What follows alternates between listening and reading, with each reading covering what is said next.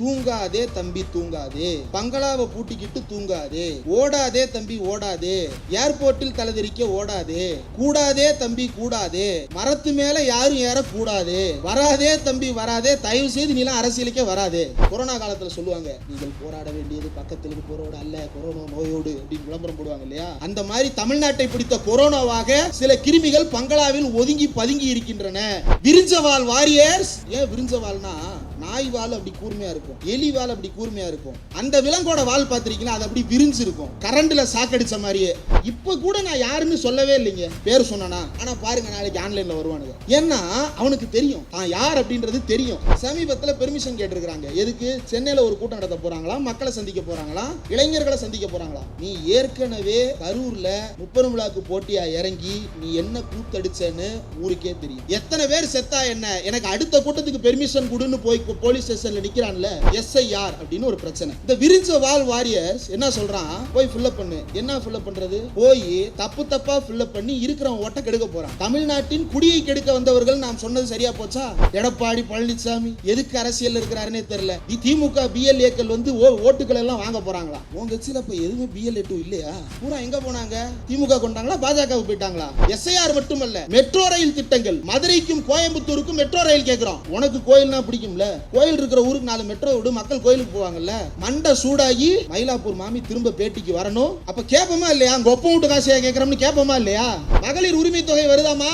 அந்த 1000 ரூபாய் வாங்காதீங்கன்னு சொல்றான். அவன் சொல்றானே 1000 ரூபாய் தூக்கி விட்டறீங்கன்னு சொல்றானே, ஊட்ட கேசா? ஐயோ, நான் சொல்லிங்க, அம்மா சொல்றாங்க. ராஜாஜி ஆட்சின்னு எவனாவது சொன்னா திட்டலாங்க. ராஜராஜன் ஆட்சின்னு சொன்னா எதுங்க திட்டணும்? ராஜாஜி ஆட்சியில குலக்கல்வி கொண்டு வந்தான். ராஜராஜன் ஆட்சியில மக்கள் எல்லாம் சந்தோஷமா வாழ்ந்தாங்கன்னா ராஜராஜனாக இருந்து விட்டு தான் போகட்டுமே, உனக்கு என்னடா கேடு?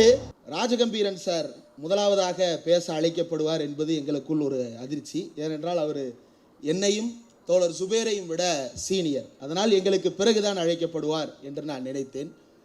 அதே போல அவரை பற்றி பேசும் பொழுது இன்று காலையில் நான் ஒரு வீடியோ பார்த்தேன். பொதுவாக அமைச்சர் சொன்னது போலவே நாங்கள் அனைவருமே ஊடக விவாதங்களில் கலந்து கொள்ளுபவர்கள் தான். அப்படி ஊடக விவாதங்களில் கலந்து கொள்ளும் பொழுது ஒவ்வொரு கட்சியைச் சேர்ந்தவர்களும் அவர்களுடைய கருத்துக்களை முன்வைப்பார்கள். ஊடகவியலாளர்கள் அந்த கருத்துக்களின் மீதான பார்வையை முன்வைப்பார்கள். இந்த பார்வைகளை பற்றி பேசும் பொழுது மாற்று கருத்துக்கள் இருந்தால் அந்த மாற்று கருத்துக்களின் மீது விவாதம் நடக்கும். அப்படி பொதுவாக அப்படியான விவாதம் நடக்கும்போது யாருக்கும் விவாதம் நடக்கும் அப்படின்னா, அந்த பெயர்களை சொல்ல தேவையில்லை, சங்கிகளுக்கும் திராவிட இயக்கத்தை சேர்ந்தவர்களுக்கும் மோதல் நடக்கும். ஆனால் தமிழ்நாட்டில் திடீர் சங்கிகள் முளைத்திருக்கிறார்கள், அல்லது புதிய சங்கிகள் முளைத்திருக்கிறார்கள். அந்த சங்கிகள் அண்ணா திராவிட முன்னேற்ற கழகம் என்ற பெயரை பயன்படுத்தி கொண்டு அதிமுக ஆதரவாளர் என்கின்ற பெயரில் ஊடக விவாதங்களில் என்றாவது ஒரு நாள் உங்கள் பக்கத்தில் இருக்கக்கூடிய இஸ்லாமியரை பார்த்து என் மதம் சனாதன மதம், நான் அதற்கு பெருமைப்படுகிறேன் என்று நீங்கள் யாராவது சொல்லியிருக்கிறீர்களா? இங்கிருக்கும் தோழர்களை கேட்கிறேன். எத்தனையோ இஸ்லாமியர்கள் இங்கு இருக்கிறார்கள். யாராவது பக்கத்தில் இருக்கும் இஸ்லாமியரை பார்த்து நான் இந்து என்று சொல்லிக்கொண்டே இருப்பீர்களா? நான் தெளிவா இருக்கேன் யார் சொல்லிக்கிட்டே இருப்பா? நான் சொல்லலை. நீங்க சொன்னதுக்கு நான் பொறுப்பாக முடியாது, ஊடக நண்பர்களின் கவனத்திற்கு. அப்போ அப்படியான ஒரு மனநிலையோடு நான் ஒரிஜினல் பேரோட வந்திருக்கேன், நான் இந்த பேரோட வந்திருக்கேன், நான் ஒரு பெருமையான இந்து என்று சொன்னார்கள். அப்படி சொல்லுபவர்களுக்கு நான் பெருமை மிகு தமிழனாக வந்திருக்கிறேன் என்று தக்க பதிலடி கொடுத்தவர் நம்முடைய தோழர் ராஜகம்பீரன் அவர்கள். அதே போல திரு காந்தராஜ் அவர்களும், நான் அவரிடம் நிறைய நேர்காணல் செய்திருக்கிறேன். திராவிட இயக்கத்தினுடைய கடந்த காலம் குறித்து பலருக்கும் தெரியுமா என்று தெரியாது. நம்முடைய காந்தராஜ் அவர்களுடைய அண்ணன், அவருக்கு நிறைய சகோதரர்கள் உண்டு. அவருடைய அண்ணன் ராஜாராம் அவர்கள் திராவிட முன்னேற்ற கழகத்தின் தோற்றக்கால உறுப்பினர், அமைச்சராக இருந்தவர். அதன் பிறகு அவர் அண்ணா திராவிட முன்னேற்ற கழகத்திற்கு சென்றிருந்தார். ஆனால் திராவிட முன்னேற்ற கழகத்தின் வரலாற்றில், தமிழ்நாட்டினுடைய வரலாற்றில் கலைஞருடைய உயில் என்று சொல்லப்படுகின்ற மாநில சுயாட்சி தீர்மானம் சட்டப்பேரவையில் நிறைவேற்றப்படும் பொழுது திரு ராஜாராம் அவர்கள், காந்தராஜ் அவர்களுடைய அண்ணன், திராவிட முன்னேற்ற கழகத்தின் அமைச்சராக இருந்து அந்த தீர்மானத்தை நிறைவேற்றுவதற்கு உறுதுணையாக இருந்தார். இந்த வரலாறை எல்லாம் ஏன் சொல்ல வேண்டி இருக்கிறது என்றால், இந்த மேடையில் இருப்பவர்களுக்கும் கீழே இருப்பவர்களுக்கும் வரலாறு இருக்கிறது. அந்த இருக்கின்ற வரலாறை சொல்லுகிறோம். மற்றவர்களும் சொல்லலாம். என்ன சொல்லலாம்? அவர்களுடைய திரைப்பட வரலாற்றை தான் சொல்ல முடியுமே தவிர தமிழ்நாட்டின் வரலாற்றை சொல்லுவதற்கு யோக்கியதை இல்லாதவர்கள் இன்றைக்கு ஊர் சுற்றி கொண்டிருக்கிறார்கள். அதற்குள் போவதற்கு முன்னால் கொடுக்கப்பட்டிருக்கிற நேரம் குறைவாகத்தான் இருக்கிறது. அதே வேளையில் மக்கள் அனைவரும் வீடு போய் சேர வேண்டும் சீக்கிரமாக. அமைச்சர் சொன்னது போல நானும் பல கூட்டங்களில் கலந்திருக்கிறேன். எப்போதுமே சைதையில் கூட்டம் அப்படின்னா 8 மணிக்கு அது ஷார்ப்பாக முடிஞ்சிடும். அது என்ன ஆனாலும் சரி 8 மணிக்கு ஷார்ப்பாக முடிஞ்சிடும். அந்த அளவிற்கு கட்டுப்பாட்டோடு இந்த கூட்டத்தை நடத்துகிறது திராவிட முன்னேற்ற கழகம். இங்கே இருக்கின்ற அத்தனை பேரும் இருக்கைகளில் உட்கார்ந்திருக்கிறீர்கள். மேலே ப்ரொஜெக்டரை பிடிச்சு தொங்கல, சீரியல் லைட்டை பிடிச்சு இழுக்கல, ஸ்பீக்கர்ல போய் காதை கொடுக்கல, ஜெனரேட்டர்ல போய் தலையை கொடுக்கல. அப்படின்னா இது திராவிட முன்னேற்ற கழகத்தின் கூட்டம் என்பதை அறிந்து கொள்ளுங்கள். ஒழுக்கம் என்றால் என்னவென்பதை இந்த கட்சியிடம் பார்த்து தெரிந்து கொள்ளுங்கள். நேர்மை என்றால் என்ன, ஒழுக்கம் என்றால் என்ன என்றெல்லாம் இன்றைக்கு பாடம் நடத்துவதற்கு கிளம்பி இருக்கிறார்கள். அமைச்சர் பேசும் பொழுது ஒரு விஷயத்தை குறிப்பிட்டார். இன்றைக்கு ஒரு கவிஞர் ஒருவர், ஈரோடு தமிழன்பன், மூத்த எழுத்தாளர், கவிஞர், செய்தி வாசிப்பாளர், அவருடைய மறைவு. ரொம்ப பழைய தோழர், அவருடைய வயது 92 93. அவருடைய மறைவுக்கு அவருடைய வீட்டிற்கு சென்று கொண்டிருக்கிறார்கள். இந்த மேடையில் எங்களுக்கு புத்தக பரிசு கொடுத்தார்கள். இந்த புக்கு கொடுத்தது யாரு? வட்ட செயலாளர். அவருடைய பேர் முருகன். முருகன் என்கின்ற வட்ட செயலாளர் எனக்கு தமிழர் தலைவர் பெரியார் என்ற புத்தகத்தையும், சுபேர் அவர்களுக்கு முத்துக்குளியல் என்ற புத்தகத்தையும் பரிசாக கொடுத்தார். மரணத்தை பரிசாக தரவில்லை. கூட்டத்திற்கு வந்ததற்காக புத்தகத்தை பரிசாக கொடுத்து அறிவை வளர்க்கின்ற இயக்கம் திராவிட இயக்கம், திராவிட முன்னேற்ற கழகம். ஏன் இந்த புத்தகத்தை இன்னும் அழுத்தமாக சொல்லுகிறேன் என்றால், இது ரொம்ப பழைய புத்தகம். பூம்புகார் பதிப்பகத்தில் போட்டது. இப்போது இது அச்சில் எந்த அளவுக்கு இருக்கிறது என்று தெரியவில்லை. தமிழ்நாடு அரசு நாட்டுடைமை ஆக்கி இருக்கிறது. இணையதளத்தில் நீங்கள் பார்க்கலாம். முத்துக்குளியல் என்று தலைவர் கலைஞர் அவர்கள் எழுதிய அந்த புத்தகம். அந்த புத்தகத்தை எதேச்சையாக எடுத்து திருப்பினேன். ரொம்ப ரேண்டமா, இந்த புத்தகத்தை நம்ம படிச்சது இல்லையே அப்படின்றதுனால அந்த புத்தகத்தை எடுத்து திருப்பினேன். பக்கம் 371, சென்னை ஈரோடு தமிழன்பன் நூல் வெளியீட்டு விழாவில் கலைஞர் பேசிய குறிப்பு இதில் இடம்பெற்றிருக்கிறது. இன்றைக்கு அவருடைய மறைவு. ஏன் அவருடைய மறைவை சொல்ல வேண்டும் என்றால், கலைஞர் ஈரோடு தமிழன்பனுடைய கவிதை ஒன்றை மேற்கோள் காட்டுகிறார். அந்த மேற்கோளை இன்றைய நிகழ்ச்சியோடு பொருத்தினால்தான் இந்த நிகழ்ச்சியின் தலைப்புக்கு உள்ளே செல்ல முடியும். அந்த கவிதை என்னவென்றால், மனிதனை மனிதன் மதிக்கும் மானுட நேயம் மலர்வதற்கு, மனிதனை மனிதன் மதிக்கும் மானுட நேயம் மலர்வதற்கு மதங்கள் தடை என்றால் அவற்றை ஒழிப்போம் என்பது ஈரோடு தமிழன்பன் எழுதிய கவிதை. மதங்கள் ஒற்றுமையை வளர்ப்பதால் ஒழிக்கிறோமா?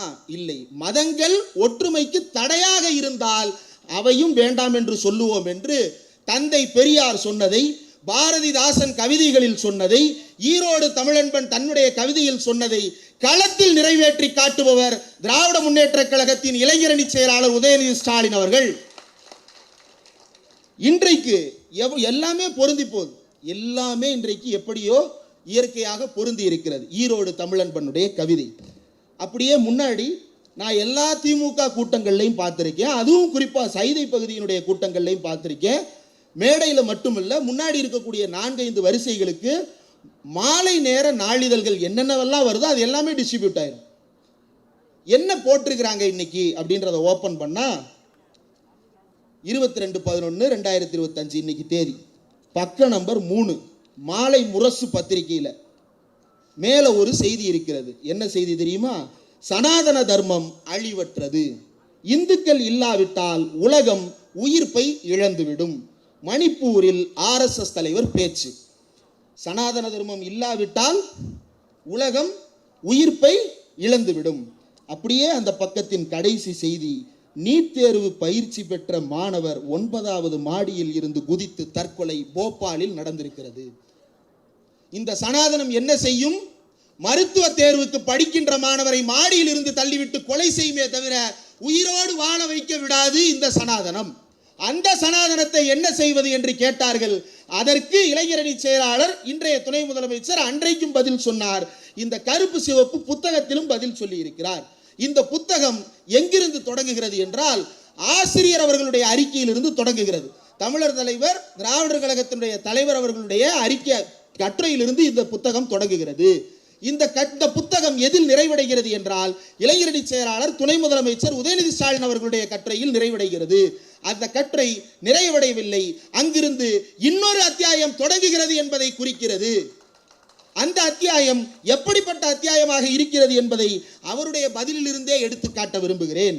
பக்கம் 1075.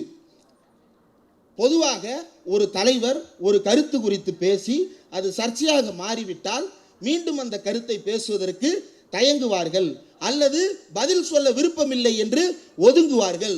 ஒரு சிலர் ஏர்போர்ட் வாசலில் இருந்து தலைதெறிக்க ஓடுவார்கள். ஒரே ஒரு எஃப்ஐஆருக்கு டெல்லி வரை ஓடி போய் ஓலமிட்டு அழுவார்கள். ஒரே ஒரு எஃப்ஐஆருக்கு பாஜக காலடியில் விழுந்து சரணாகதி அடைவார்கள். ஒரே ஒரு எஃப்ஐஆருக்கு செத்து போன வீட்டுக்கு போய் கேதம் கேட்கிற மாண்பை இழந்து போவார்கள். இத்தனை எஃப்ஐஆர் ஓம் பேர்ல போடல, அடுத்தவன் பேர்ல போட்ட எஃப்ஐஆருக்கு இவ்வளவும். பொதுவா இப்ப இங்க அண்ணன் இருக்கிறார், பகுதி செயலாளர் இருக்கிறார். பகுதி செயலாளர் மேல ஒரு வழக்கு போடுறாங்க. ஆல்ரெடி இருக்கும், எப்படியும் போராட்டம் ஆர்ப்பாட்டம் ஏதோ ஒரு வழக்கு இருக்கும். அப்படி ஒரு வழக்கு வரும் பொழுது இந்த பகுதியின் மாவட்ட செயலாளர் யாரு? என்னங்க டக்குன்னு அமைச்சர் தான். அமைச்சர் எப்பா அவரை கைது பண்ணிட்டாங்க, அவரை விட்டுருங்க, மற்றவங்க எல்லாம் சேஃபா இருக்கீங்கல்ல, நம்ம வேலையை பார்ப்போம் அப்படின்னு சொல்லுவாரா? என்ன சொல்லுவாரு? ஆளா வேட்டியை மடிச்சு கட்டிட்டு அவர் நின்று அவரை விடுதலை செய்யணும்னு போராட்டம் பண்ணுவார். ஆனா அவன் என்ன தெரியுமா சொன்னா, நீங்க தான் மாவட்ட செயலாளரை கைது பண்ணிட்டீங்களே, எங்க பொதுச் செயலாளர் விட்டுருங்க இவரானர்னு கோர்ட்ல போய் அழுகுறான். இது ஒரு கட்சின்னு பேரு, ரைட்? ஏன் இதை சொல்றேன் அப்படின்னா, சனாதன ஒழிப்பு மாநாடு அப்படின்ற தலைப்புல தமிழ்நாடு முற்போக்கு எழுத்தாளர் கலைஞர்கள் சங்கம் அவங்க ஒரு கூட்டத்தை நடத்துறாங்க. அந்த கூட்டத்தில் கலந்து கொள்ளுகிறார் அன்றைய அமைச்சர், திமுக இளைஞரணி செயலாளர் உதயநிதி ஸ்டாலின் அவர்கள். அந்த பேச்சு அவர் பேசியதற்கு பிறகு எப்படி சித்தரிக்கப்பட்டது என்றால், அவர் பேசிய பேச்சுக்கு எதிர்ப்பை சம்பாதித்தாரா என்பதை விட அவர் பேசியதை திரித்து பரப்பி எங்க வரைக்கும் போயிருக்குது அப்படின்னா, நாங்கள் பத்திரிகையாளர்களாக தேசிய அளவில் பல்வேறு மாநிலங்களில் வேலை பார்க்கக்கூடிய பத்திரிகையாளர்களோடு பேசுகிறோம், உரையாடுகிறோம். உத்தரப்பிரதேசத்தில் நடந்த நாடாளுமன்ற தேர்தல், அந்த உத்தரப்பிரதேச நாடாளுமன்ற தேர்தலில் ஒரு குக்கிராமத்தில் பிரச்சாரம் செய்கிறார்கள். அந்த பிரச்சாரத்தில் என்ன சொல்லணும்? உங்க ஊருக்கு நான் ரோடு போட்டு தர்றேன், தண்ணி விடுறேன், உங்க மக்களுக்கு இருக்கக்கூடிய பிரச்சனையை தீர்க்கிறேன், நாங்க வந்தா இந்த நலத்திட்டம் செய்வோம், அதுதானே சொல்லணும். அவன் அங்க போய் என்ன சொல்றான்? தமிழ்நாட்டில் ஒரு அமைச்சர் இருக்கிறாரு, அவர் இன்னாரு புள்ள, அவர் என்ன பேசுறாரு தெரியுமா, இந்துக்களை பூரா கொல்றோன்னு பேசுறாரு அப்படின்னு பொய் சொல்றான். இப்படி நாடு முழுக்க பொய் சொல்லி ஓவர் நைட்ல தமிழ்நாட்டில் அறியப்பட்ட தலைவரை தேசிய தலைவராக மாற்றிவிட்டார்கள். அவ்வளவு பெரிய சர்ச்சையானதற்கு பிறகும் பதில் சொல்றாரு. இது இப்ப வெளியிட்ட புத்தகம் 2025 நவம்பர் மாதம் 8ஆம் தேதி வெளியிட்ட புத்தகத்தில் மீண்டும் பதில் சொல்லுகிறார். எதிர்ப்பில் வளர்ந்த இயக்கம் தானே திராவிட இயக்கம், பழமைவாதிகள் என்னுடைய தலைக்கே விலை வைத்து மிரட்டினார்கள், நான் கலைஞரின் பேரன், மிரட்டல்களுக்கெல்லாம் பயப்பட மாட்டேன் என்று அப்போதே சொன்னேன். கொள்கைக்காக உயிர் போவதை காட்டிலும் வேறு என்ன சிறப்பு இருந்துவிட முடியும் என்று பேசுவதற்கான துணிச்சல் உள்ள ஒரே தலைவர், ஒரே இயக்கம் திராவிட இயக்கம், உதயநிதி ஸ்டாலின். வேறு யாருக்கு அந்த துணிவு இருக்கிறது? எத்தனை பேர் செத்தா என்ன, எனக்கு அடுத்த கூட்டத்துக்கு பெர்மிஷன் கொடுன்னு போய் போலீஸ் ஸ்டேஷன்ல நிக்கிறான்ல. இதையெல்லாம் நாம் சிந்தித்து பார்க்க வேண்டி இருக்கிறது. எதனால் அவர் தலைமுறைகள் வாழ்த்தும் தலைவராக இன்றைக்கு திகழ்கிறார் என்பதை நாம் யோசித்து பார்க்க வேண்டும். இப்படி ஒவ்வொன்றாக பல்வேறு விஷயங்களை சுட்டிக்காட்டி பேசலாம். அதில் ரொம்ப பிரதானமாக இருக்கக்கூடிய சில விஷயங்களை மட்டும் சுட்டிக்காட்ட விரும்புகிறேன். பொதுவாக யாரோ ஒரு தலைவர் ஒரு பொது நிகழ்ச்சிக்கு போகிறார் என்றால் கேள்வி கேட்டால் என்ன நடக்கிறது என்பதை விரிவாக பதில் சொல்லிவிட்டு போவார்கள். ஆனால் ஒரு சிலர் தான் அதனுடைய நோக்கத்தை சில வார்த்தைகளில் விரிவாக விளக்கி விடுவார்கள். 2 வார்த்தையா இருக்கும், 4 வார்த்தையா இருக்கும். கலைஞரோட பிரஸ் மீட் கேட்டிருக்கீங்களா? ஒரு பழைய பிரஸ் மீட்டு வாட்ஸ்அப்லலாம் ரொம்ப வைரல், ஃபேஸ்புக்கில் ரொம்ப வைரல். ஒவ்வொரு தடவையும் கலைஞர் பிறந்த நாள் நினைவு நாளுக்கு அது பகிரப்பட்டு கொண்டே இருக்கும். என்னது? என்னை யாரால் அடிக்க முடியாது, உன்னால கூட முடியாது அப்படின்னு கலைஞர் சொல்லுவார் இல்லையா? கேட்கும் போதே உடம்பெல்லாம் தீப்பிடிச்சு எரியும். 90 வயசா இருந்தாலும் துண்டை தோல்ல போட்டு நரம்பு புடைக்கு எந்திரிச்சு நிற்பாங்க இல்லையா? அந்த உணர்வு வருது இல்லையா? அந்த உணர்வை கடத்த வல்லவர்கள் தான் தலைவர்கள். அப்படி ஒரு நிகழ்வை சுட்டிக்காட்ட விரும்புகிறேன். மழை என்று வந்தால் வெள்ளம் என்பது வரும். மழை என்று பெய்தால் தண்ணீர் தேங்கும். அந்த தண்ணீர் வடிவதற்கு உரிய வேலைகள் செய்யப்பட்டிருக்கிறதா இல்லையா என்பதுதான் இருக்கக்கூடிய சிக்கல். அதை தீர்ப்பதற்கு நவம்பர் மாதம் தொடங்குகிறது. நவம்பர் தொடங்கினாலே எல்லாரும் என்ன நினைப்போம்? இந்த இடம் மழை அளவா பெய்யணும்னு மக்கள் நினைப்போம். தலைவர்கள் என்ன நினைப்பாங்க? மக்களுக்கு பாதிப்பு வரக்கூடாது, எப்படியாவது காப்பாற்றிடணும்னு நினைப்பாங்க. ஒரு குரூப்பு எங்கடா மழை தண்ணி நிற்கும், எங்கடா யாராவது சாவான்னு உட்காந்துருக்கிறானே, இவன்லாம் மனுஷனான்னு கேட்குறேன். போட்டு முட்டி தண்ணியில் போட்டு போட்டு திரியிறான். இப்படி எங்கடா யாரா சாவான்னு ஒரு குரூப் தெரியுது. அப்படி ஒன்றும் இல்லை. இங்கே ஊடகவியலாளர் மில்டன் வந்திருக்கிறாரு, அவருடைய பதிவு எடுத்து பாருங்க. ஒரே நாளில் மழை வெள்ளத்தை சரி செய்வதற்கு உரிய நடவடிக்கைகள் மேற்கொள்ளப்பட்டிருக்கா இல்லையா அப்படின்றது குறித்து ஆய்வு. ஒரு நாளைக்கு எத்தனை இடத்துல ஆய்வு பண்ணலாம்? காலையில் 1, மதியம் 1, சாயங்காலம் 1 இல்லையா? விடிய விடிய ஒரு நாளைக்கு 12 சைட்டுக்கு இன்ஸ்பெக்ஷன் போயிருக்கிறாரு. ஒரே நைட்ல 7 20 சைட்டுகளுக்கு இன்ஸ்பெக்ஷன் போயிருக்கிறாரு. யார்? தமிழ்நாட்டின் துணை முதலமைச்சர் உதயநிதி ஸ்டாலின் அவர்கள். என்ன கேட்கணும்? வரல அப்படின்னா ஏன் வரலன்னு கேட்கணும்.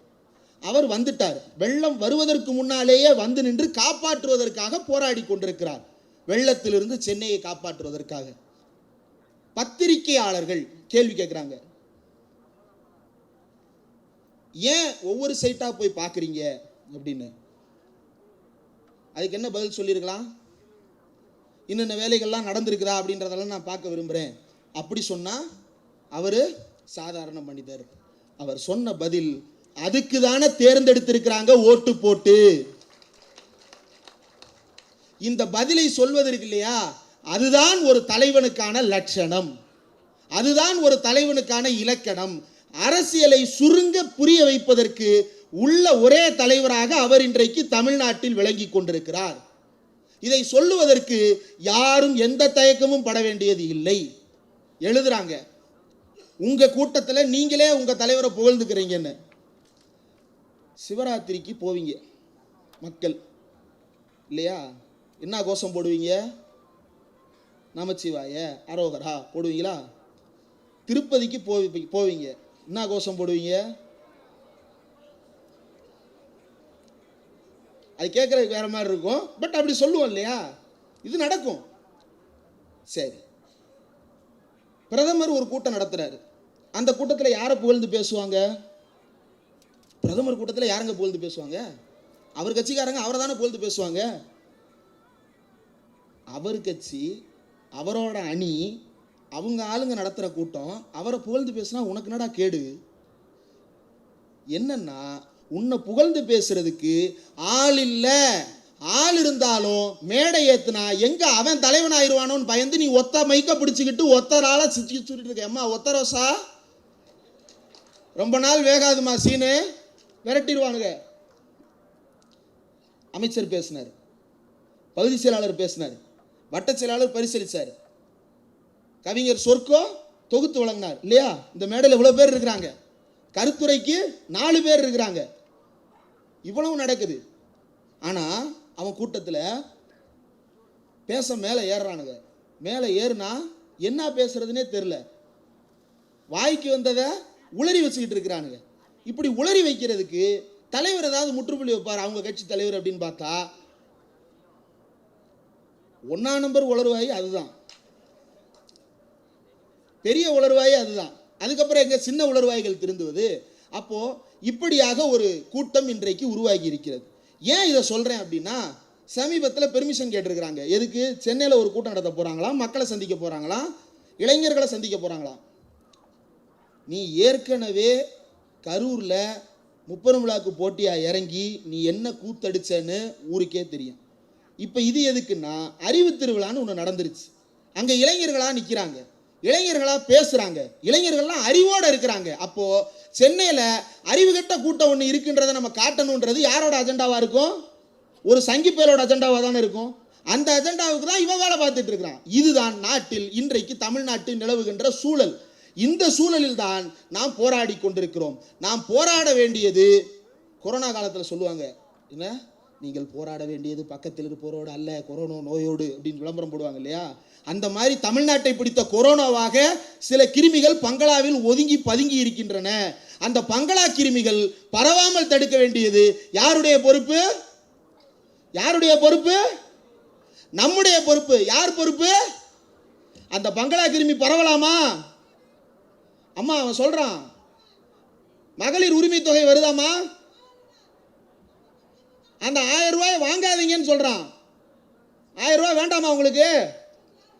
வேணாமா? அவன் சொல்றானே 1000 ரூபாய் தூக்கி விட்டறீங்கன்னு சொல்றானே. கூட்ட கேஸா? ஐயோ, நான் சொல்லிங்க, அம்மா சொல்றாங்க. நான் சொல்ல, அம்மா அம்மா தானங்க சொன்னாங்க. என்ன கேஸு? கூட்ட கேஸ். யாரை சொன்னீங்க நீங்க? அவனை தான். சரி, அவங்க தான். கேட்குறவனுக்கு புரியும். லூசு லூசுன்னு திட்டினீங்கன்னா லூசுக்கு கோபம் வந்துடும். அந்த மாதிரி அவனே வருவான். அறிவு திருவிழாவில் நம்ம அறிவுள்ளவன் திருவிழா நடத்துவான்னு சொல்கிறோம். உடனே அவன் ஏன் ஓடி வர்றான்? எங்கள் மேலே அவதூறுன்னு தெரியுது அவனுக்கு. யார் அறிவு கட்டவன்? நம்மளை தான் திட்டுறாங்க அப்படின்னு. இப்போ கூட நான் யாருன்னு சொல்லவே இல்லைங்க. பேர் சொன்னனா? யாரையாவது நான் பேர் சொன்னனா? சொல்லலை. ஆனால் பாருங்க, நாளைக்கு ஆன்லைனில் வருவானுங்க. ஏன்னா அவனுக்கு தெரியும் தான் யார் அப்படின்றது தெரியும். இப்படி ஒரு கூட்டம் இப்போ தமிழ்நாட்டில் சமீபத்தில் பிரச்சனை. என்ன பிரச்சனை நடக்குது? SIR அப்படின்னு ஒரு பிரச்சனை. சரி, இப்போ வட்டச் செயலாளர் ஒருங்கிணைப்பு வேலைகளில் இருக்கிறாரு. இங்கே யாரெல்லாம் SIR பயிற்சி வகுப்பில் கலந்துக்கிட்டீங்க? SIR குறித்து திமுக நடத்தின மாவட்ட அளவில் பகுதி அளவிலான பயிற்சி வகுப்பில் யாரெல்லாம் கலந்துக்கிட்டீங்க? என்ன கற்றுக்கிட்டீங்க? அதில் ஃபார்மில் பாக்ஸ் 1ல் என்ன ஃபில்அப் பண்ணணும், பாக்ஸ் 2ல் என்ன ஃபில்அப் பண்ணணும், பாக்ஸ் 3ல் என்ன ஃபில்அப் பண்ணணும், அதை யாராண்ட கொடுக்கணும், எப்படி அதை சரி பார்க்கணும், என்னென்ன தகவலை என்னென்ன பெட்டியில் எப்படி எழுதணும், இதுதான் நடந்துச்சு. யார் இந்த பயிற்சியை கொடுத்தா? தலைமை உங்களுக்கு பயிற்சி கொடுத்துச்சு. தலைமை கொடுத்த பயிற்சியை வச்சு நீங்கள் போய் ஃபில்அப் பண்ணுறீங்க. இப்படி தானே ஃபில்அப் பண்ணுவீங்க. தலைமை ஏதோ ஃபார்ம் வருதான் பார்த்து ஃபில்அப் பண்ணியிருப்பா அப்படின்னு சொன்னால் என்ன பண்ணுவீங்க? தலைவரே என்ன ஃபில்அப் பண்ணணும்னு சொல்லுங்கள், இல்லைனா யாரையாவது சொல்கிறவங்கள கூட்டுவாங்க அப்படின்னு சொல்லுவீங்களா மாட்டீங்களா? சொல்லுவீங்கல்ல. அதெல்லாம் இல்லை. விரிஞ்சவால் வாரியர்ஸ். ஏன் விரிஞ்சவால்னா, நாய் வால் அப்படி கூர்மையாக இருக்கும், பார்த்துருப்பீங்க. எலி வால் அப்படி கூர்மையாக இருக்கும். அந்த விலங்கோட வால் பார்த்துருக்கீங்களா? அது அப்படி விரிஞ்சு இருக்கும், கரண்டில் சாக்கடித்த மாதிரியே. நார்மலாகவே அப்படி தான் இருக்கும். இந்த விரிஞ்ச வால் வாரியர்ஸ் என்ன சொல்கிறான்? போய் ஃபில்அப் பண்ணு. என்ன ஃபில்அப் பண்ணுறது? போய் தப்பாக ஃபில்அப் பண்ணி இருக்கிறவன் ஒட்டை கெடுக்க போகிறான். தமிழ்நாட்டின் குடியை கெடுக்க வந்தவர்கள் நாம் சொன்னது சரியா போச்சா? அதானே பண்ணுறான். ரோட்டில் நம்ம போய் ஒழுங்காக ஃபார்ம் ஃபில்அப் போனால் தேர்தல் ஆணையத்துக்கு நமக்குமே 1008 பஞ்சாயத்து இருக்குது. மாற்றி தேர்தல் ஆணையம் பேசிகிட்டு இருக்குது. முத நாள் சிவப்பு மையில் போடுங்குது, மறுநாள் பச்சை மைக்கு மாற்றுங்குது, மறுநாள் மறுபடியும் 2ஆக பிரிங்குது. இப்படி இஷ்டத்துக்கு தேர்தல் ஆணையம் ஆடிட்டு இருக்குது. இப்போ யாருக்கு எதிராக நம்ம போராடணும்? இந்த தேர்தல் ஆணையத்தின் முறைகேட்டுக்கு எதிராக போராடணும். யார் அதை செய்ய வைக்கிறா? இந்த மோடி அரசு. அது எப்படிப்பட்ட அரசு? பாசிச அரசு. இதற்கு எதிராக நாம் போராடணுமா இல்லையா? அப்படி போராட வேண்டிய சூழலில் நாம் அதை பற்றி யோசிக்காமல் வேறு பக்கம் நம்முடைய கவனத்தை திசை திருப்புகிறார்களே. இதிலிருந்து நாம் கவனமாக இருக்க வேண்டும். இதிலிருந்து நாம் தமிழ்நாட்டை காப்பாற்ற வேண்டும் என்பதற்காகத்தான் இப்படிப்பட்ட கூட்டங்கள் தொடர்ந்து தமிழ்நாடு முழுக்க நடத்தப்பட வேண்டும். எஸ்ஐஆர் மட்டுமல்ல, மெட்ரோ ரயில் திட்டங்கள். மதுரைக்கும் கோயம்புத்தூருக்கும் மெட்ரோ ரயில் கேட்குறோம். சென்னையில் மெட்ரோ வந்ததுக்கப்புறம் எவ்வளோ மாறி இருக்கு, எவ்வளோ விஷயங்கள் மாறி இருக்குது. இன்னைக்கு பஸ்ஸில் ஒரு குப்பை கிடந்தா கண்டக்டரை திட்டுறோம். ஏன் திட்டுறோம்? மெட்ரோ மாதிரி ஒரு சொபிஸ்டிகேட்டடான ட்ரெயின் ஓடிட்டு இருக்குது, பஸ்ஸை சரியாக வச்சிருக்கணும்னு கேட்குறோம்ல. சாலை போக்குவரத்து சரியா இருக்கணும்னு கேட்குறோம்ல. அப்போ போக்குவரத்து என்பது மக்களுடைய அடிப்படையான உரிமை. இப்படிப்பட்ட உரிமையை மதுரைக்கு கொடுக்கறதுல அவனுக்கு என்ன சிக்கல்? கோயம்புத்தூருக்கு கொடுக்கறதுல அவனுக்கு என்ன சிக்கல்? கோயம்புத்தூர் ஏற்கனவே தொழில் ரீதியாக முன்னேறிய நகரம். அந்த நகரத்தில் ஏற்கனவே ஜவுளி தொழிலுக்கு வேட்டு வச்சிட்டான், ஏற்றுமதிக்கு வேட்டு வச்சிட்டான், இறக்குமதியில் வேட்டு வச்சிட்டான். பங்களாதேஷ் துணியை திறந்து விட்டு கோயம்புத்தூர், திருப்பூர், ஈரோடு துணியை பூரா தீட்டு கொளுத்துற நிலைமைக்கு தள்ளிட்டான். இனி மெட்ரோவை கொடுத்தா இவன் எங்க வியாபாரம் பண்ணி வளர்ந்துருவானோன்னு மெட்ரோவையும் கொடுக்க மாட்டேன்னு சொல்றான். மதுரைக்கு மெட்ரோ கொடுக்க மாட்டேன்னு சொல்றான். தமிழ்நாட்டிலே பழமையான நகரம் அப்படின்னா எந்த நகரம்? டக்குன்னு மதுரைன்னு ஞாபகம் வரும்ல. கோவில் நகரம். கோவில் நகரமா இருக்கட்டும், அது பாரம்பரிய நகரமா இருக்கட்டும், வரலாற்று நகரமா இருக்கட்டும், உனக்கு கோயில்னா பிடிக்கும்ல. கோயில் இருக்கிற ஊருக்கு 4 மெட்ரோ விடு, மக்கள் கோயிலுக்கு போவாங்கல்ல. அது இல்லை அவனுடைய நோக்கம். மதுரை வளரக்கூடாது, மெட்ரோ வந்துச்சுன்னா 4 நல்ல கம்பெனி வரும், நல்ல கம்பெனி வந்துச்சுன்னா அவன் நல்ல வேலைக்கு போவான், நல்ல வேலைக்கு போனான்னா அவன் சாதியிலேருந்து வெளியே வந்துடுவான், சாதியிலேருந்து வெளியே வந்தான்னா அவன் சமத்துவம் பேசுவான், சமத்துவம் பேசுனா படிக்கிறதுக்கு காசு கொடுன்னு கேட்பான், படிக்கிறதுக்கு காசு கொடுத்தா வேலை கொடுன்னு கேட்பான், வேலை கொடுத்தா நல்ல சம்பளம் கொடுன்னு கேட்பான், சம்பளம் கொடுத்தா நல்ல நாட்டை உருவாக்கி காட்டுன்னு கேட்பான், நல்ல நாட்டை உருவாக்கணும்னா நல்ல தேர்தல் நடத்துன்னு கேட்பான். இது எதுவுமே நம்ம பண்ண முடியாது. இது எதுவுமே நம்ம பண்ண முடியாது. அப்போ நம்மை அறிவற்றவர்களாக மாற்றுவதுதான் அவர்களுடைய வேலை. அந்த அறிவற்றவர்களாக மாற்றுவதற்கு பல கூட்டங்களை இறக்கி விட்டிருக்கிறார்கள். இவர்களிடமிருந்து நாம் கவனமாக இருக்க வேண்டும். நிதி கேட்கக்கூடாது, உரிமை கோரக்கூடாது, கொள்கை பேசக்கூடாது என்று நீ எதையெல்லாம் கூடாது கூடாது என்று தடுக்கிறாயோ அப்போதெல்லாம் கூட்டாட்சி என்னும் விதைக்கு மேலும் மேலும் உரம் போட்டு வளர்ப்போம். அந்த உரம் போட்டு வளர்ந்த விருட்சத்தில் நீயும் உட்காந்து பழம் சாப்பிடுவ. உன்னை போல அருவாளை தூக்கிட்டு விரட்ட மாட்டோம். வர்ற பழத்தில் நீயும் உட்காந்து சாப்பிட்ற, பக்கத்தில் உட்காந்துன்னு பீகாரியும் உத்தரப்பிரதேஷ்காரையும் பக்கத்தில் உட்கார வச்சுக்கிட்டு சாப்பிடுனேன் சாப்பிடுது அப்படின்னு அவனுக்கும் பழம் கொடுத்து சாப்பிடுவோம்டா. உன்ன மாதிரி அடுத்தவன் தட்டில் இருந்து பிடிங்கி திங்க மாட்டோம். அப்போ கேட்போமா இல்லையா? அங்கே ஒப்பம் விட்டு காசையாக கேட்குறோம்னு கேட்போமா இல்லையா? வரலாற்றில் சில முழக்கங்கள் ரொம்ப முக்கியமானது.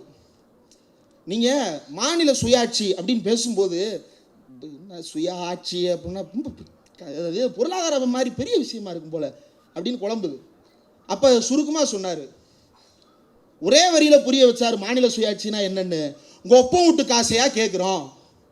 மாநில சுயாட்சினா என்ன? மாநில சுயாட்சினா என்ன? உங்கள் ஒப்பம் விட்டு காசையா கேட்குறோம், அவ்வளவுதான். உங்கள் ஒப்பம் விட்டு காசை கேட்குறோமா, உங்கள் ஒப்பம் விட்டு தட்டில் உட்காந்து திங்க கேட்டோமா, உங்கள் ஒப்பம் விட்டு சட்டையை கேட்டோமா, உங்கள் ஒப்பம் விட்டு கொள்கையை கேட்டோமா, உங்கள் ஒப்பம் விட்டு சாமியை கேட்டோமா? என் சாமி நான் கும்பிட்றேன், என் நிதி நான் செலவு பண்ணுறேன், என் காசு நான் சோறு திங்கிறேன், எனக்கு விளைவிக்க உரிமை இருக்குது, அந்த விளைய வச்ச சாப்பிட்றதுக்கு எனக்கு உரிமை இருக்குது, இதை கேட்குறது தப்பா? அதைத்தான் கேட்டார் சிம்பிளா. இனி இந்தியா முழுக்க எப்போதெல்லாம் மாநில உரிமைகளுக்கான பிரச்சனை வருகிறதோ அப்போதெல்லாம் கேட்கப்பட வேண்டிய ஒரே கேள்வி, ஒப்பம் விட்டு காசையாக கேட்குறோம். இந்த கேள்வி திரும்ப திரும்ப கேட்கணும். மண்டை சூடாகி மயிலாப்பூர் மாமி திரும்ப பேட்டிக்கு வரணும். நாம் மீண்டும் மீண்டும் இதை பேசி பிரம்மாண்டமான பேசுபொருளாக இதை மாற்ற வேண்டும். நிறைவாக நம்முடைய தமிழ்நாட்டில் நிறைவேற்றப்பட்டிருக்கிற ஒரே 2 திட்டங்களை மட்டும், அதனுடைய தாக்கத்தை மட்டும் சொல்லி விடைபெற்று விடுகிறேன் 2 நிமிடத்தில். விடியல் பயணம். யாரெல்லாம் விடியல் பயணம் போறீங்க? ஸ்டாலின் பஸ்ஸில் யாரெல்லாம் போறீங்க? விடியல் பயணம்னா டக்குன்னு தெரியல, ஸ்டாலின் பஸ்ஸுன்னு எல்லாரும் கை தூக்குறாங்க. யாரெல்லாம் அவர் பஸ்ஸில் போறீங்கன்னு கேட்டோடனே கை தூக்குறாங்க. மகிழ்ச்சி. தமிழ்நாடினுடைய திட்டக்குழு ஒரு ஆய்வு செய்திருக்கிறது. அந்த ஆய்வில் பயனாளிகள் சொல்கிறாங்க இந்த திட்டத்தால் என்ன பயன் கிடைத்தது அப்படின்னு. கண்ணகி நகர், அங்கு வாழக்கூடிய மக்களினுடைய வாழ்வியல் நம்ம எல்லாருக்கும் தெரியும். கண்ணகி நகர் மக்கள், அதில் ஒரு அம்மா சொல்கிறாங்க, நான் வீட்டு வேலைக்கு போகிறேன், வீட்டு வேலைக்கு போகிறதுனால ஒரு நாள் லீவ் போட்டால் ஒரு நாள் சம்பளம் போச்சு, ஒரு நாள் போகலன்னா 200 ரூபா எனக்கு கிடைக்காது, இப்போ 1000 ரூபா எனக்கு கிடைக்குது, மாதத்துக்கு 5 நாள் லீவ் போட்டு நான் பிள்ளைகளோடு இருக்கிறேன், சந்தோஷமாக வெளியே போகிறேன், நிம்மதியா தூங்குறேன். மகளிர் உரிமை திட்டம்.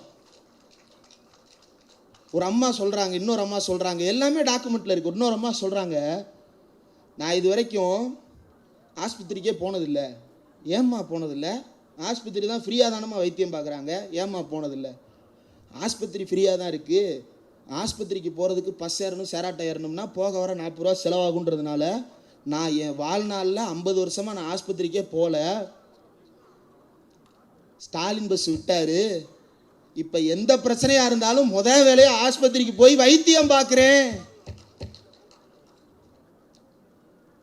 பஸ்ஸு கொடுக்குறதுல என்ன நடக்க போகுது அப்படின்னு யோசிக்கிறாங்கல்ல. ஒரு அம்மாவுக்கு கிடைக்காத வைத்தியத்தை கிடைக்க வச்சிருக்கு. ஒரு அம்மாவுக்கு தன் வாழ்நாளில் கிடைக்காத லீவு அந்த 1000 ரூபா கிடைக்க வச்சிருக்குது. ஒருத்தன் கேட்குறான், மருந்தை குடிச்சிட்டு சாவுறதான்னு. குடிக்க வேண்டியதும் அவன் சொன்னபடி ஆக வேண்டியதும் யாரு? நான் சொல்லலை, பக்கத்தில் ஒரு தோழர் யாரோ சொல்கிறாங்க, சொன்னவன் தான். எனக்கு அதுக்கு தொடர்பு கிடையாது. ஆக நாம் தமிழ்நாட்டினுடைய உணர்வை புரிந்து கொள்வதற்கு இதுதான் சரியான வழி. இது போன்ற திருவிழாக்கள், அறிவு திருவிழாக்கள், இது போன்ற கருத்தரங்கங்கள் தமிழ்நாடு முழுக்க தொடர்ச்சியாக நடத்தப்பட வேண்டும். அறிவு திருவிழாவை பற்றி எவனாவது ஒருவனாவது யோசித்து பார்த்திருக்க முடியுமா? மூத்த பத்திரிகையாளர் தராசு ஷியாம், தெரியும், பார்த்துருப்பீங்க, யூடியூப்ல பார்த்துருக்கீங்களா? அவர் சொல்றாரு, இதுவரை தமிழ்நாட்டில் எந்த கட்சியும் இப்படி ஒரு விழாவை நடத்தியதே கிடையாது. உதயநிதி ஸ்டாலின் தான் இப்படி ஒரு திருவிழாவை நடத்தி காட்டி இருக்கிறார் என்று அவர் பேசுகிறார். எம்ஜிஆரோடு சேர்ந்து பயணித்த அவர் சொல்லுகிறார். இன்னைக்கு ஒருத்தன் தான் எம்ஜிஆர்னு சுத்துறான். அவனுக்கெல்லாம் ஒரு பாட்டை போட்டு காட்டுங்க. எனக்கு 7ஆம் கிளாஸில் பாட புத்தகத்தில் வச்சுருந்தாங்க அந்த பாட்டை. அவர் ஓல்டு சிலபஸ் இருந்திருக்காது போல. அந்த பாட்டை சொல்லணும். என்ன பாட்டு? தூங்காதே தம்பி தூங்காதே, பங்களாவை பூட்டிக்கிட்டு தூங்காதே, ஓடாதே தம்பி ஓடாதே, ஏர்போர்ட்டில் தலைதெறிக்க ஓடாதே, கூடாதே தம்பி கூடாதே, மரத்து மேலே யாரும் ஏறக்கூடாதே, வராதே தம்பி வராதே, தயவு செய்து நீலாம் அரசியலுக்கே வராதே. இப்படின்னு பல பேரை பார்த்து சொல்ல வேண்டியது இருக்குது. எடப்பாடி பழனிசாமி எதுக்கு அரசியல் இருக்கிறாருன்னே தெரில. திமுக பிஎல்ஏக்கள் வந்து ஓட்டுக்கள் எல்லாம் வாங்க போகிறாங்களாம். உங்க கட்சியில் இப்போ எதுவுமே பிஎல்ஏ 2 இல்லையா? பூரா எங்கே போனாங்க? திமுக கொண்டாங்களா, பாஜகவுக்கு போயிட்டாங்களா? பாஜக பக்கம் போயிருக்க மாட்டாங்க. என்னதான் இருந்தாலும் பெரியார் பேரை சொல்லி வளர்ந்தவங்க. அப்போ சொல்லுங்கள், உண்மையை சொல்லுங்கள், அவங்க பூரா உங்கள் கட்சியிலாம் சேர்ந்துருக்காங்க. இப்போ ஆமான்ட்டாங்க, முடிஞ்சு போச்சு. ஆக தமிழ்நாட்டை காப்பதற்கு நம்முடைய மாநில உரிமைகளை மீட்டெடுக்க வேண்டும். அந்த மாநில உரிமைகளை மீட்டெடுக்க அந்த உரிமைகளை உயர்வான கொள்கையாக கருதுகின்ற தலைவர்கள் இருக்க வேண்டும். ஆசிரியர் இந்த புத்தகத்தின் முதல் கட்டுரையிலேயே சொல்லுகிறார். என்ன சொல்லுகிறார் என்றால், கடமை, கண்ணியம், கட்டுப்பாடு என்ற கோட்பாடுகளை வைத்து வளர்ந்த இயக்கம். தந்தை பெரியார் திரும்ப திரும்ப ஒன்றை சொல்லுவார், புத்தம் சரணம் கச்சாமி, சங்கம் சரணம் கச்சாமி, தம்மம் சரணம் கச்சாமின்னு. முதல்ல எப்ப தெரியுமா சொன்னாரு? அண்ணா இறந்து கலைஞர் தலைவராகும் பொழுது, அண்ணா இறந்த போது சொன்னார், கலைஞருக்கு கட்டுப்படுங்கள் என்று சொன்னார். அப்போது சொன்னார், உன் தலைவனுக்கு கட்டுப்படு, உன் கட்சிக்கு கட்டுப்படு, உன்னுடைய கொள்கைக்கு கட்டுப்படு என்று. இந்த கட்டுப்பாடுள்ள ஒரே இயக்கம் தமிழ்நாட்டில் திராவிட முன்னேற்ற கழகம் மட்டும்தான். வேறு எந்த கட்சிக்கும் அந்த கட்டுப்பாடு கிடையாது. கட்டுப்பாடு என்றால் என்னவென்றே தெரியாது. தமிழ்நாட்டை மீட்பதற்கு மீண்டும் திராவிட முன்னேற்ற கழகம் ஆட்சி அமைத்தே தீர வேண்டும். வெல்ல முடியாத உரிமைகளை எல்லாம் வெல்லுவதற்கு இந்த கழகம் மீண்டும் ஆட்சிக்கு வரத்தான் வேண்டும். தமிழ்நாட்டில் மன்னராட்சியா என்று கேட்கிறார்கள். எம்ஜிஆர் ஆட்சின்னு ஒருத்தர் சொல்றாருல்ல, அதை என்னைக்கா கேட்டிருக்கியா? ஏன் கேட்க மாட்டேற? அதுல விமர்சனமே இல்லையா? இருக்குல்ல. ராஜாஜி ஆட்சின்னு எவனாவது சொன்னா திட்டலாங்க. ராஜராஜன் ஆட்சின்னு சொன்னா எதுக்குங்க திட்டணும்? ராஜாஜி ஆட்சியில் குலக்கல்வி கொண்டு வந்தான். ராஜராஜன் ஆட்சியில் மக்கள் எல்லாம் சந்தோஷமா வாழ்ந்தாங்கன்னா ராஜராஜனாக இருந்து விட்டு தான் போகட்டுமே, உனக்கு என்னடா கேடு? ஆக தமிழ்நாட்டினுடைய இன்றைய அரசியல் சூழலில் இப்படியான திருப்பங்களை எல்லாம் நாம் சரியாக புரிந்து கொள்ள வேண்டும். அண்ணா சொன்னதுதான், அதை மட்டும் நினைவூட்டி விடுகிறேன். நாடாளுமன்றத்தில் 1964 சொன்னார், எப்போதெல்லாம் டெல்லி தமிழ்நாட்டுக்கு ஒரு ரயிலை மறுக்கிறதோ, எப்போதெல்லாம் டெல்லி தமிழ்நாட்டுக்கு பெட்ரோலை மறுக்கிறதோ, எப்போதெல்லாம் தமிழ்நாட்டிற்கு ஒரு நல்ல தொழிற்சாலையை மறுக்கிறதோ, அப்போது தமிழ்நாட்டு வீதியிலிருந்து ஒருவன் குரல் எழுப்புவான், இது டெல்லி ஏகாதிபத்தியம், இதை வீழ்த்தியே தீருவோம் என்று. அந்த குரலை இன்றைக்கு எழுப்புபவர் தமிழ்நாட்டின் முதலமைச்சர் முத்துவேல் கருணாநிதி ஸ்டாலின், துணை முதலமைச்சர் உதயநிதி ஸ்டாலின். இவர்களுக்கு நிகராக இந்த குரலை எழுப்ப இந்தியாவிலேயே யாரும் கிடையாது என்பதை பீகார் முதலமைச்சர் தேஜஸ்வி யாதவ் சொல்லுகிறாரு. நீ என்னடா அணிலு? நன்றி.